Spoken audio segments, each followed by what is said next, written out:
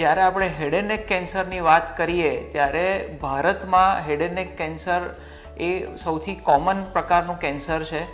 આપણા જે total cancer જોવા મળે છે એમાં 25થી 30% હેડ એન્ડ નેક કેન્સરનો ભાગ છે.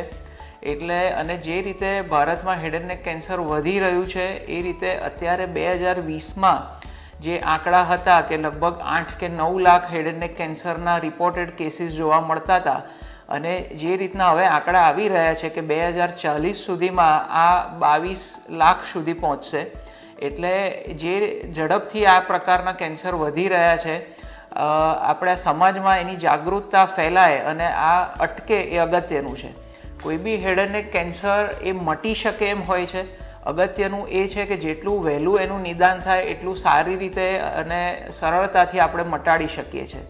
હેડ એન્ડ નેક કેન્સરની વાત કરીએ તો હેડ એન્ડ નેક કેન્સરમાં મોઢાનું કેન્સર એટલે કે તાળવાનું, હોઠનું, જીભના ભાગનું, ગાલનું કેન્સર, પછી ગળામાં જે છે ઓરોફેરિંગ્સ એટલે કાકડાના ભાગનું, જીભની પાછળના ભાગનું, સ્વર પેટીનું કેન્સર છે, થાઇરોઇડ ગ્રંથિ છે, પછી જે લાળ ગ્રંથિ એટલે પેરોટિડ કે સબમેન્ડિબ્યુલર ગ્લેન્ડ કહેવાય કે સાઇનસ, એટલે આટલા જે કેન્સર છે એ હેડ એન્ડ નેક કેન્સર કહેવાય છે.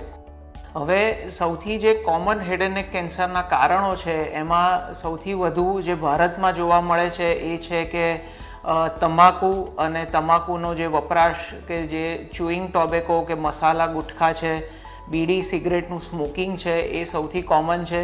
બીજું દારૂના સેવનથી પણ આ થઈ શકે છે. અને એ સિવાયના બીજા કારણોમાં કોઈ દાંત વાગતો હોય, કોઈ ચોકઠું આપણને મોઢામાં વાગતું હોય કે મોઢાનું હાઇજીન કે ચોખ્ખાઈ બરાબર ના હોય કે બહુ જ રેરલી એક HPV વાયરસથી પણ આ પ્રકારના કેન્સર જોવા મળતા હોય છે.